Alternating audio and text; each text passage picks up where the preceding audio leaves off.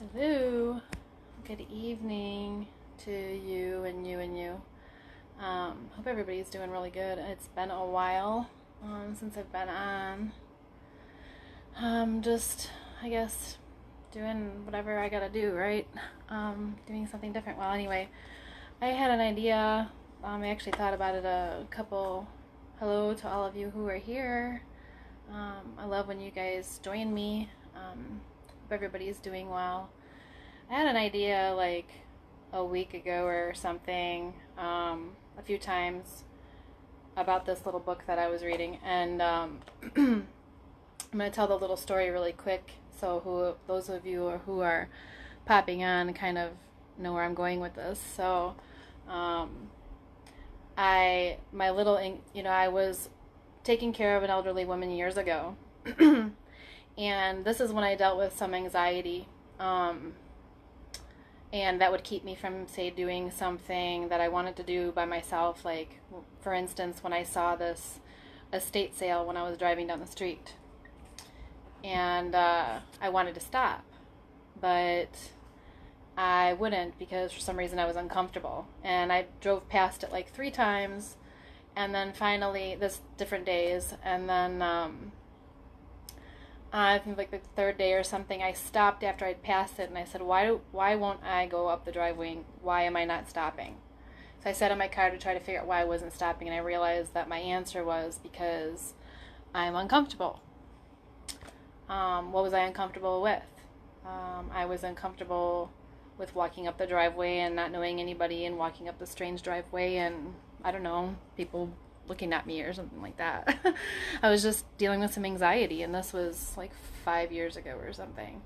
Well, so my the short story for those of you who are on, hi, is I went to this estate sale years ago, and it turned out that the woman who had passed from cancer, and there was just really good energy and a really good vibe there, and all the stuff I was finding actually made me feel like my dad's energy spirit was there as well. Just the things I found some really cool healing stone bracelets, and all the books that I found, really cool spiritual books, and all the stuff I actually was part of my journey that led me to where I am today. So I actually hopped on. I'm sitting there in my pajamas, like literally. I'm just like lounging around. I was like laying down for like 3 hours meditating today. It was an interesting day for me, and I was like, yeah, I was going to do some audios because I've been doing those, and I don't know if some people, I just go follow my gut, I guess. And I was going to do an audio for this, and then I thought I would like to see you face to face first and have you see me so I can show you and talk to you face to face about it. And then if I do audios following this, then I hope you'll, then, now that you have the information, or after you have the information, then maybe you'd be wanting to listen to the audio, because I know some people probably want to listen to an audio less than they want to watch a video sometimes. I'm not sure, but and you guys feel free to comment about that, but sometimes I just go with my gut. So anyway, yeah, I was literally just like sitting there eating a few minutes ago, and then I was writing down some things on what I wanted to maybe make a video for you guys about the next time I made a video, and I realized I hadn't made the video yet, and part of what I was going to make in the video was actually a small, I was going to read like a small chapter from this little book that I found and add that in with some scripture and stuff like that, but that's not what I. So I was looking at my notes, and I was like, but part of that book, that page that I was going to read to you guys, I'm like, and then I was sitting there and I read it again, and I thought, man, this little book is so good. It's a small book. It's called Gift of the Red Bird, and it's called A Spiritual Encounter. And seriously, for anybody, woman or man, it doesn't really matter. This is fantastic. I haven't even read it all yet. So my point is that I've read halfway through the book, and it's a small book. You can see it's pretty small. I'm just halfway through the book, and it's so good, and I actually stop on every chapter and say I have to kind of sit with that. It really, I don't know, it really does something for me, and I think that every person can relate. I think that every single one of you would be able to relate to this. I mean, it's really intense. It's a true story. It's really, really good. it is emotional and stuff, but it's just fantastic. It's just so fantastic, and I'm halfway through it, and I thought, you know what better to read this to you guys, and then I haven't even read the second half yet, but to actually read you what I've read, not right now, not all at one time, but and then actually finish the book reading this to you with you. So I don't know if I'll do it in a video or if I will do it in audios, but it's not very much. So what I was going to do today is start reading The Gift of the Red Bird, and I was going to read you the introduction just so you have an idea of where it begins, and then I think, you know, I would just do that in chapter 1, and then maybe 1 or 2, I guess, depending on how I feel, and then after that, I don't know if I'll do it and finish it in videos or audios, but if I do an audio, then you would see a picture of Gift of the Red Bird. So if I might do that, you know, and finish it all at one time and post that over the next week or 2 or 3 or whatever. But I just, for you that are there, hi, I love you guys for being there and joining me. This is really good, right? So it's just pretty special, and I don't know, it just feels really special that how cool would it be to start a book reading it to you, what I've read so far, but then actually finishing the book with you that I haven't even, above the part that I haven't read yet. So I think that'd be pretty cool and special. So I might tear up or something while I'm reading it, but yeah, for those of you who are here, you know, I want to tell you one thing, and I was just kind of sitting there lounging around all day, like, and I'm like sitting there in my reading part of this on my pajamas, and I'm just like, you know what, I'm like, I am not gonna try to put on like this and that and try to, you know, fix my hair or do anything else. I was like, you know what, here I am. This is me, just me when I'm sitting at home by myself and no one sees, like the fly on the wall. So here I am, and you're my little flies on the wall, who are seeing me in my natural state. So, you know, no earrings, no makeup, no mascara, no nothing. So, amen to all of us and just the way that we are. So, thank you for being here, and I love you just the way that you are. So I'm going to actually start just reading the beginning of Gift of the Red Bird, A Spiritual Encounter by Paula D'Arcy. And I'm not going to read you a whole ton right now, but I'm going to read the introduction and probably the first chapter, which is pretty small. It's only like 2 pages. And we'll see how that goes, and I want to start you with that, and then so if I jump on with another video, I'll try and probably stick with this little series before I, you know, add more videos or do more audios and finish this out for all of you. So so this is Gift of the Red Bird, A Spiritual Encounter, and this is a true story, and she went through some really tragic stuff. She like lost her husband and her child at a pretty young age, and you know, this story does turn out pretty wonderful in the end. And I do have to say, you know, when I first saw this book at that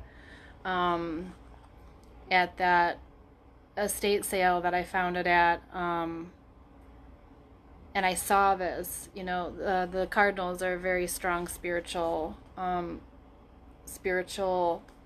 meaningful sign and thing in my family, and they're actually all over my house and my apartment. I could do like Where's Waldo in my apartment and give someone a little list to check things off. Okay, here's like the list. If you can find all the cardinals, you get a small gift or something. But okay, so alright, so I'm gonna start reading this Gift of the Red Bird. And in the beginning it says, I thought the earth remembered me. She took me back so tenderly, arranging her dark skirts, her pockets full of lichens and seeds. I slept as never before, a stone on the riverbed, nothing between me and the white fire of the stars. So, and then I'm going to go to the introduction. And this is all her words. She wrote this book herself, so it's really good. So, I write these words sitting on a small square of a red beach blanket. savoring a rare 65-degree March afternoon on the Connecticut shore. The day is a gift. Beautiful white gulls fly out over the ocean, and my eyes slowly follow their graceful flight. Across the water to the south is the clear outline of Long Island Sound. I take a deep breath and listen with my eyes. This very spot is one of my cherished places of peace. And the finding of such a spot is not something I take for granted. It is, for me, a place of great stillness and importance. 2,000 miles away, secreted in the Texas hills, is another such treasured location. In that oasis, there is no sand, but rather palms, cactus, and gentle gray songbirds. There I trade today's sandals for hiking shoes, and the sound of waves is replaced by the sweetest notes of the cannon wren. That land has also been my teacher. I have breathed in the wisdom of its canyon, and have sat for hours watching midday light colors, the layers of rocks, coaxing the tiniest petals to push for survival through dirt and stone. It was there I first learned to see what is essential, to see beauty, to see with my heart, to see that God literally is everywhere. Love that you're joining me here. I feel like I'm her and her story sitting there on that bench, right? So it is there I first asked myself, why are we able to master great technology but do not yet understand our own hearts? Why, after centuries, are we still so far from understanding the nature of love? And why are we willing to make endless outer journeys but are loath to make the significant one? The journey within. The inward journey may frighten us, yet it is the journey which holds the real treasure. There is God's Spirit waiting to reveal mysteries and beauty beyond our imagination. The secrets of what is holy and the encounters with truth that change everything. It is the journey that opens the eyes of the heart. Amen. This story is telling of my own efforts to know God through listening within and by taking this journey. Following an inner call is not an easy task. It is contrary to all of our conditioning and especially to our culture's belief that logic is supreme. I had always admired those who were learned and wise and was convinced that those attributes of the mind would reveal the truth I sought. How expected to discover that the mind only supplied knowledge about God. Knowing God was different, and its sole requirement, in fact the only way, was to be open like a child. This is the great step of faith, to become open and innocent in spirit, to see a familiar world for the first time. Nothing is more difficult. As the story of a child must be, this story is simple and filled with surprises. The experiences which seemed least likely to further my awareness of God were precisely the ones which taught me the most. But new insights were often followed by years of inattention. I've learned this is not unusual. Awareness of God's presence seems to weave in and out of the fabric of our years, often followed by prolonged periods of apparent heavenly silence. But fruitlessness can never be measured by activity. But fruitfulness can never be measured by activity. Or not, I was aware of it. I was always on my way. I was always surprised at how often I heard God's voice with the greatest clarity through encounters traditions that were not my own. I've come to understand that the familiar can be a great barrier to new revelations. My original expectations about the manner of God's presence were so set. Bit by bit, those expectations had to be dismantled so I would be able to see what was, rather than what I expected or had even been taught. It was surrendering to God rather than to my cherished image of God. The difference is the key. I fill these pages with deep humility. My story as history is unimportant to anyone but me. But all our stories as spiritual journeys matter. We affect one another. We are all reflections of a great mystery. As I write these words, a seagull calls out boldly above my head, and the wind blows sand into my thermos of tea. I consider the wonder of a bird's flight, or even the journey of the wind. I envy them. They know their way already, and I am just beginning. And there's a little poem at the bottom. It says, always be in a state of expectancy and see that you leave room for God to come in as he likes. So that is the introduction to the book. I think that since I'm sitting here and chapter 1 is pretty small, it's just 1.5 pages, so I'm going to go ahead and I'm going to begin with chapter 1 for you, and then I'm going to finish out. So I'm going to go ahead and read that now. So, the God of my childhood was masculine. He was stern, judgmental, remote, and all-controlling. If I was good enough, he approved of me. So I tried to be very, very good and wrote prayers with all my heart. I considered sinful half of my human thoughts and most of my moments of expression. Sacrifice atoned for my sins. Sacrifice in striving toward perfection. I also believed that priests, nuns, ministers, rabbis, and religious masters reached God. Those ordained or chosen, no ordinary people. Otherwise, why did we consider them the authorities, and why were we always looking to them and not to our own hearts? I understand revelation as something that has begun and ended 2,000 years ago. We learned about it past tense. There were 2 worlds, one regular and one spiritual, one secular and one spiritual. Good people learn to control their secular impulses. The spiritual world, through dry and uninteresting, was the goal. It was the world that was good. I had many questions about God when I was young, but I could not find adults with satisfying answers or with a theology expansive enough to contain any of my questions about alongside their truths. So my understanding of God was confined to the head of a pin, and the little narrow, remote God who could fit there held very little attraction. All through college, I continued to worship this small idol, equating faith with being on my knees and equating spiritual journey with restriction, deprivation, and shoulds.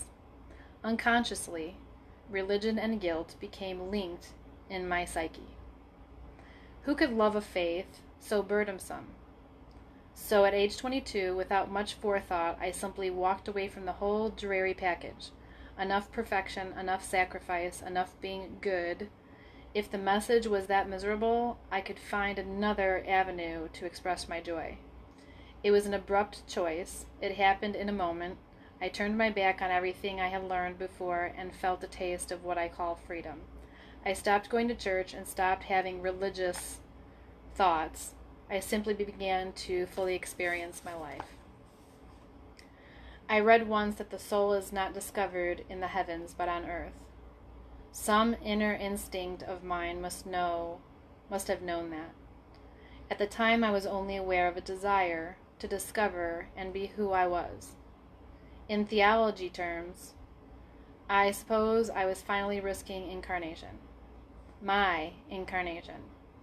Ironically, at this moment, when I believed myself to be walking away from God, I was closest to encountering him for myself. I was only walking away from someone else's conclusions about God and from someone else's roadway. What beckoned me was the roadway which was my own, and the God who would not be an idea, but a presence I was invited to encounter. Every sincere seeker wrestles with this moment and the mystery beyond it. So, that is chapter 1. So, I am just beginning the book of The Gift of the Red Bird, A Spiritual Encounter by Paula D'Arcy, and I read the introduction and then chapter 1, and I do also agree with her too. You know, like, I didn't have God in my life much, well, a knowing anyway of God in my life much for 40 some years. So, and I found him on my own way and my own path. So, this is more of a spiritual story, and yeah, it's pretty great. So I hope that you guys truly enjoyed that, and I am going to pick this up hopefully like tomorrow, or, you know, as long as I don't want to promise certain days, right? But I'm going to pick this up in order. So the next one, I'm going to start beginning the, was that the beginning of the chapter? Let's see. Yeah, I'm going to be reading, that's chapter 1, and then I'm going to be reading, there's like a few, 4 or 5 pages for the next one. So, and that's not chapter 2 yet, so we're still going to be in chapter 1. So, I'm reading this book, so I hope you come back. I'm going to try to make a commitment here, right? Since if you're going to join me to read this book, and make sure that I'm consistent with getting on and doing that. So maybe we'll do that together over the course, every other day or over the next couple of days until we can finish this book. So I don't know if I'll be making many videos other than this. So, but either way, I guess we'll see. So I hope everybody's doing well. I love that you guys are here. And I love seeing your messages and everything. So thank you, and I'm sending much prayers and peace of love and healing and good energy. So please come back so we can read this book together. So I'll talk to you soon.